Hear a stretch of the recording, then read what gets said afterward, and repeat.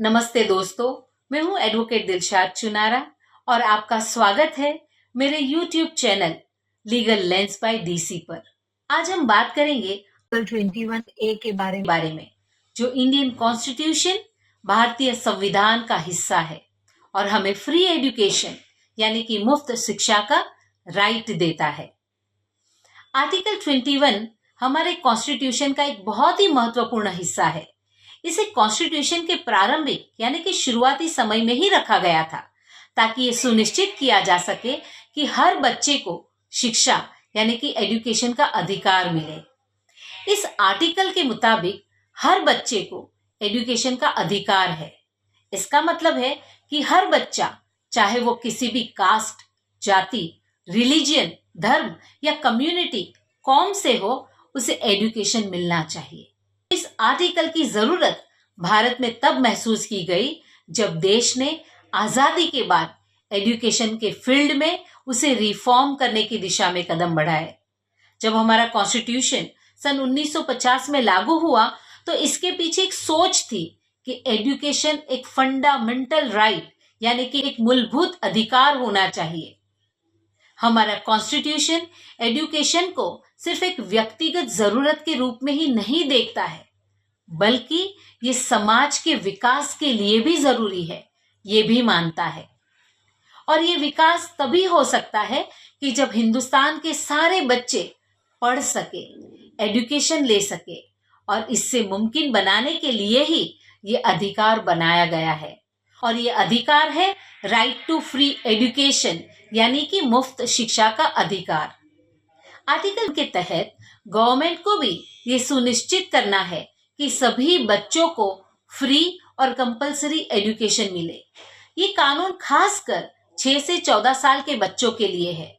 इसका मतलब है कि कोई भी बच्चा बिना किसी फीस के स्कूल जा सकता है और एजुकेशन ले सकता है। हम कुछ एग्जाम्पल्स देखते हैं। सबसे पहला जो एग्जाम्पल है वो है RTE एक्ट। 2009 में राइट टू एजुकेशन एक्ट शिक्षा का अधिकार अधिनियम लागू हुआ, जो शिक्षा के अधिकार को और मजबूत बनाता है।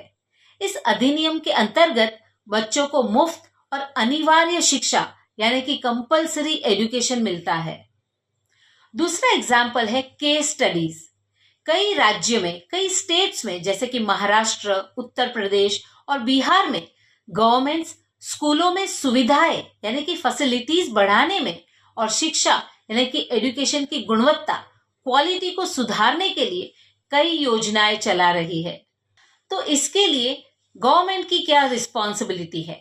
तो सरकार की ये जिम्मेदारी है कि वो ये सुनिश्चित करे कि हर बच्चे को अच्छी शिक्षा, एक अच्छा एजुकेशन मिले। और इसके लिए स्कूल्स में जो फैसिलिटीज, जो सुविधाएं उपलब्ध करानी चाहिए, क्वालिटी एजुकेशन के लिए जो कार्य करना चाहिए, जो अरेंजमेंट करना चाहिए, उसके बारे में वो सोचे और कार्य करे। इसके अलावा कोई भी बच्चा स्कूल नहीं जा पाता है तो गवर्नमेंट उसे स्कूल भेजने के लिए हेल्प भी करेगी। आर्टिकल हमें ये बताता है कि एजुकेशन हर बच्चे का राइट यानी कि अधिकार है। इससे हर बच्चे को अपनी जिंदगी में आगे बढ़ने का चांस यानी कि मौका मिलता है। एजुकेशन से सोसाइटी यानी कि समाज में अवेयरनेस यानी कि जागरूकता बढ़ती है और लोग अपने राइट्स के लिए खड़े हो सकते हैं।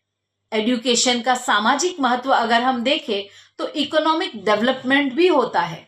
जब लोग शिक्षित यानी कि एजुकेटेड होते हैं तो वे बेहतर रोजगार यानी कि बेटर जॉब्स के लिए अपॉर्चुनिटीज प्राप्त करते हैं। इससे देश की आर्थिक स्थिति में सुधार होता है। अगर हम सोशल इक्वालिटी की बात करें तो सामाजिक समानता भी शिक्षा से हमें मिल सकती है। ये राइट हमें एक बेटर फ्यूचर की ओर ले जाता है।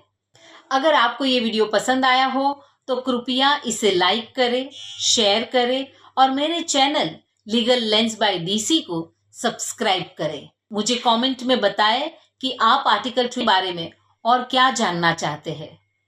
Thank you so much for watching my videos.